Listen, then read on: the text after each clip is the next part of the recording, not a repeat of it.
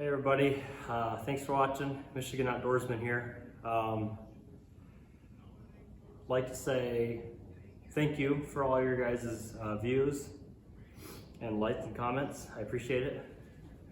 If you guys are not a subscriber, I ask you to please go and subscribe right now and like this video. It helps out the channel greatly.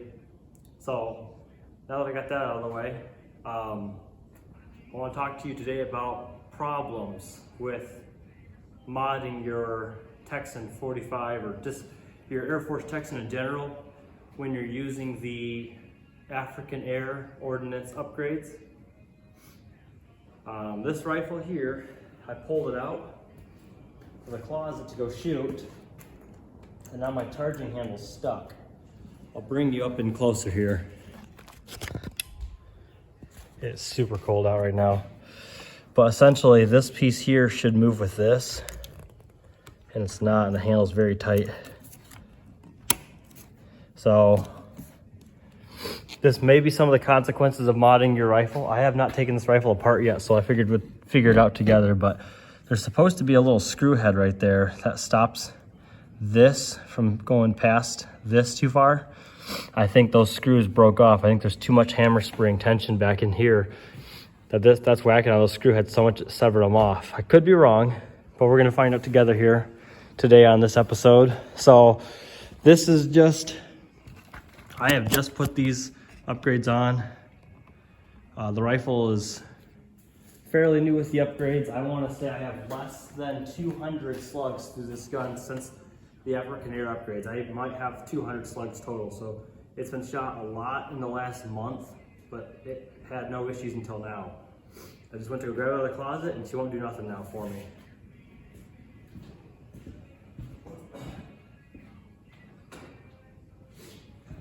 So I was going to make a video on testing ammunition with this gun, which is what I started out to do. So also, real quick, peep my new suppressor there, or moderator from Donnie FL. I believe this is the Emperor. It makes this gun so big. I mean, this is just a freaking humongous rifle. I'll put it on my toe, but I mean, it's almost as tall as I am. So this is not gonna be something you're gonna run in the blind probably when you're hunting. But I didn't even get to shoot it yet. I just put that on there, I went to go cock it, and I can't even cock the rifle back to see how quiet it is gonna be with that new suppressor on there. So I got no idea. It's kind of disappointing. So I'm gonna unthread my barrel from this gun. We may have to take the entire thing apart. I'm gonna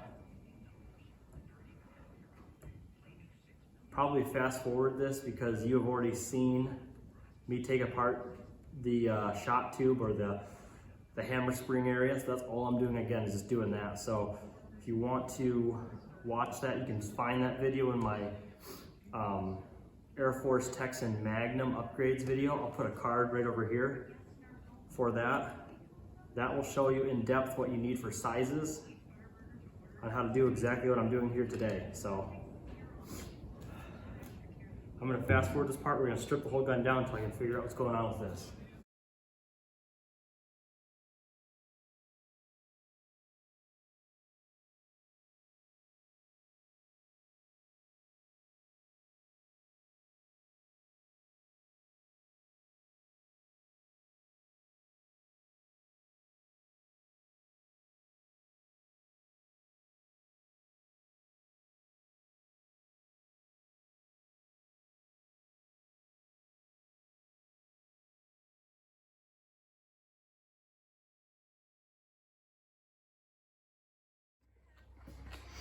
All right, so I wanted to bring you in here a little bit.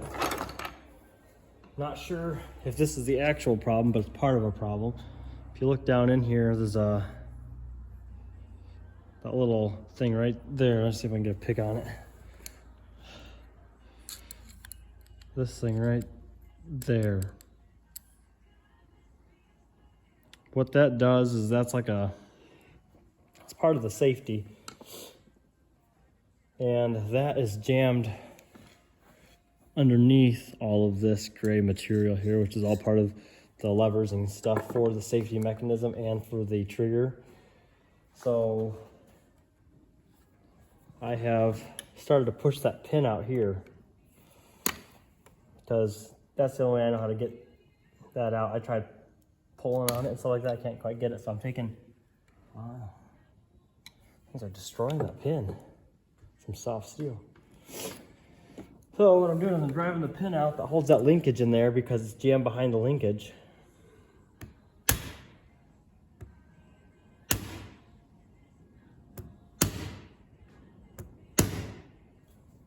So I got stuff coming out like crazy, so I'm trying to be careful not to ruin anything. But right now that safety is so tight. It used to wiggle, now it don't. So obviously it's got some kind of tension on it.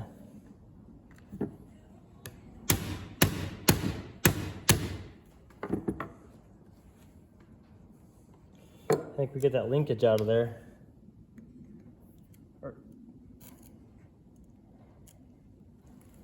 Get that pin out.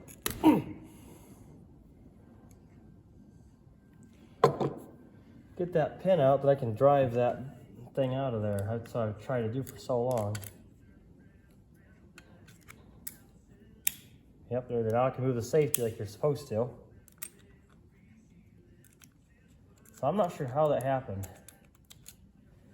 So I bet you, yep, everything works like it should now. That's crazy. So if you watch my first video on the Magnum upgrades, like I have said before, on how to take this gun apart, I got everything in there on how, I don't have everything in there how this works, but this little steel piece here acts as a tensioner almost, with a spring behind it to keep the safety from slipping or something.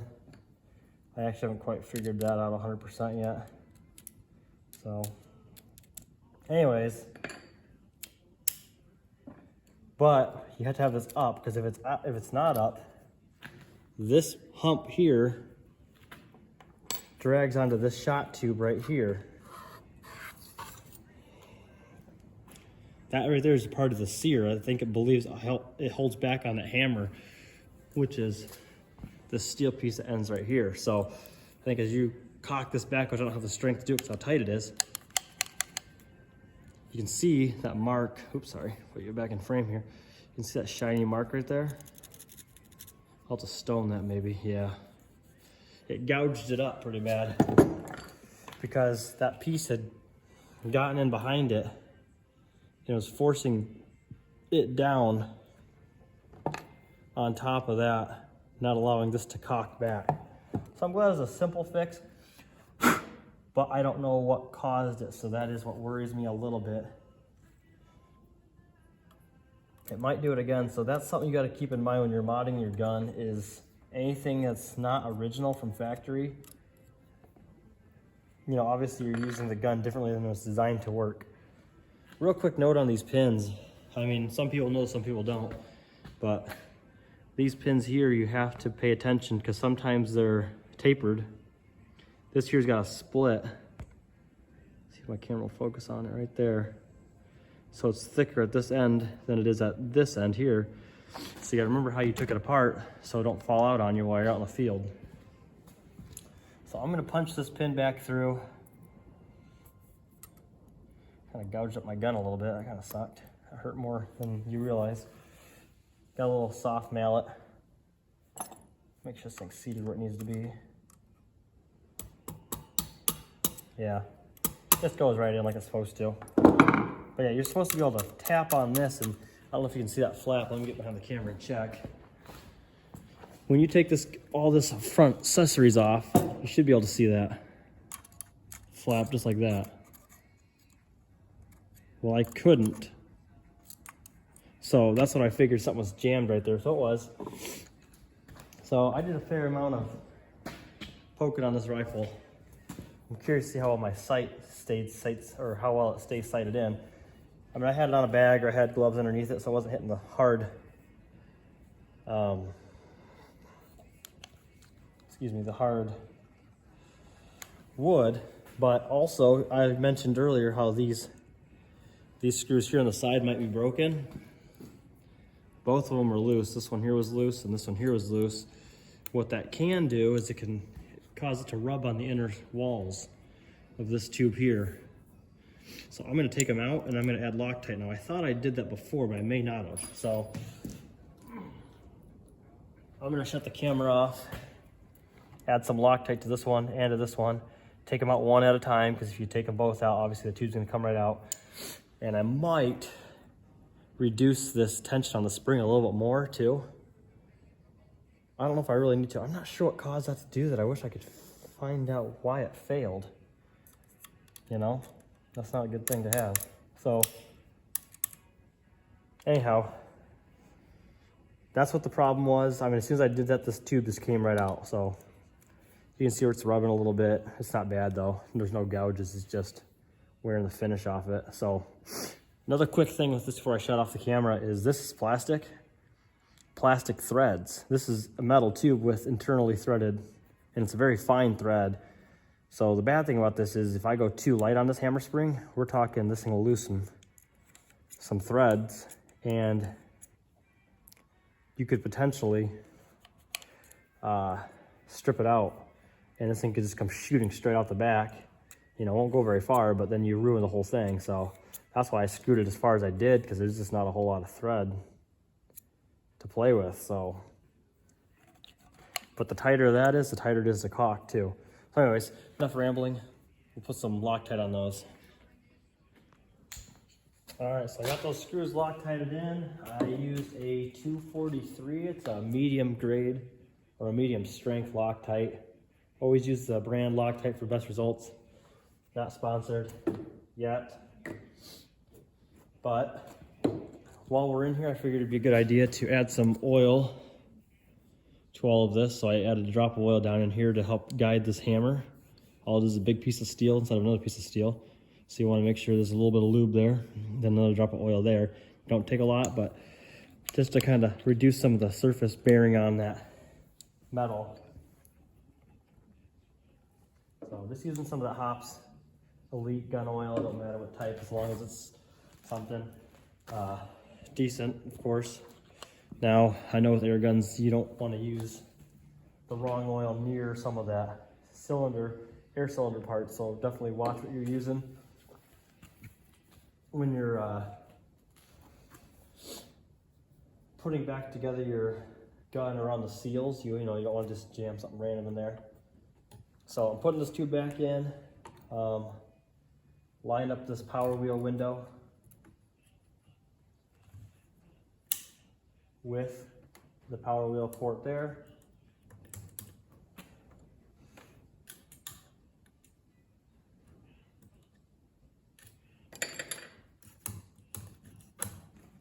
Upside down. There we go. So yeah, I mean, that's how freely it should slide. You should be able just to move that wherever you want. That's a good sign. So I'm glad it was a simple fix. We'll see if it happens again though. I'm gonna put this rifle together. We'll fast forward the whole thing, but there you go.